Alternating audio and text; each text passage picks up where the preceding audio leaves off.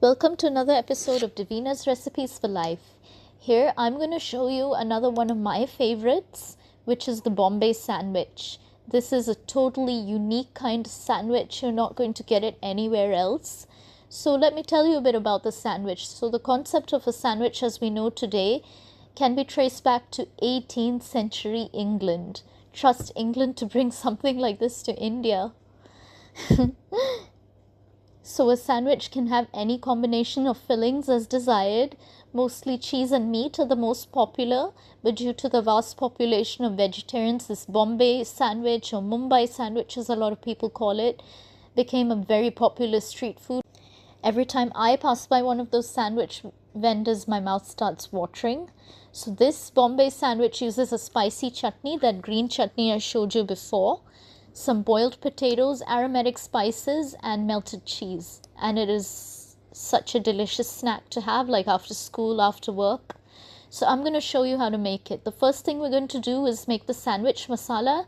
Now you can buy this one online. Sandwich masala is nothing but a mix of ground spices that will enhance the flavor of a Bombay sandwich. You can alternatively use it on your burgers, your masala fries, or your favorite chaats.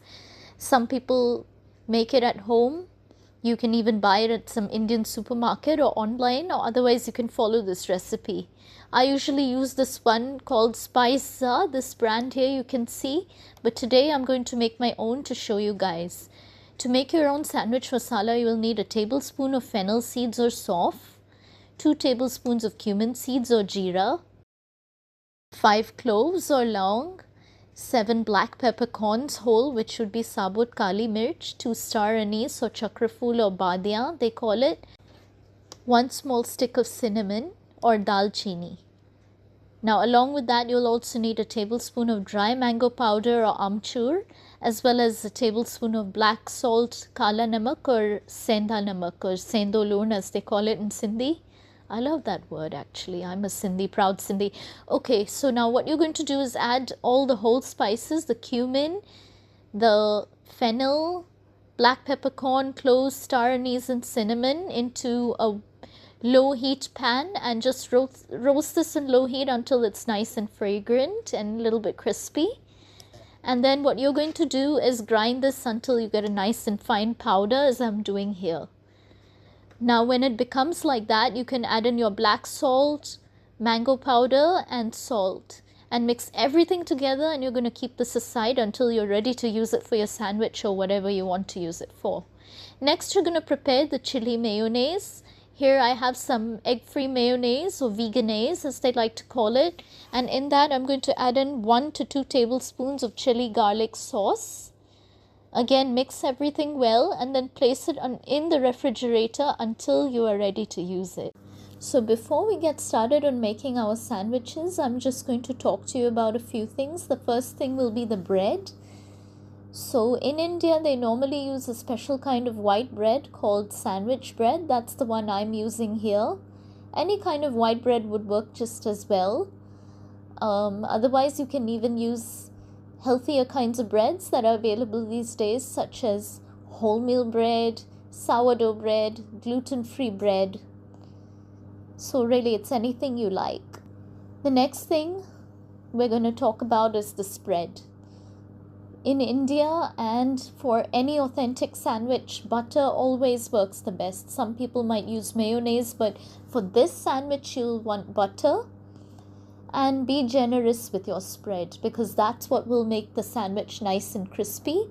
If you're vegan or otherwise, you can use olive oil or margarine, but I especially recommend using butter. That's what I'm doing. Next thing is the cheese. So in India, they normally use processed cheese, and that's the most common. This time I went with the cheese slice as shown in the video. So the brand I'm using is Mbog. If you're vegan, you can use vegan cheese or prepared chili mayo. Now let's just salt our potatoes. So now let's get started on making our sandwich.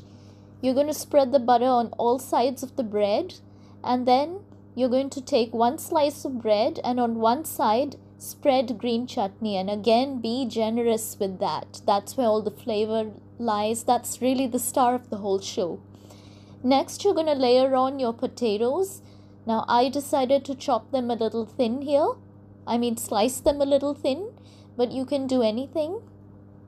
Next, you can top them with onions and tomatoes to make for an authentic sandwich. I didn't add cucumber. Most people add cucumber, beetroot, and things like that. I just decided to keep it simple today. Next, you're going to top it with your sandwich masala that we just prepared. Next, you're going to top all this with cheese. Now, I decided to use the sliced cheese. That's what everyone uses in India. They use either that or grated processed cheese. They get a special kind over there. But you can use anything that would suit a toast, such as a cheddar cheese or a mozzarella cheese or a Gruyere, if you want to make it fancy a little bit. But anything that will melt wonderfully on toast. No like parmesan or anything like that.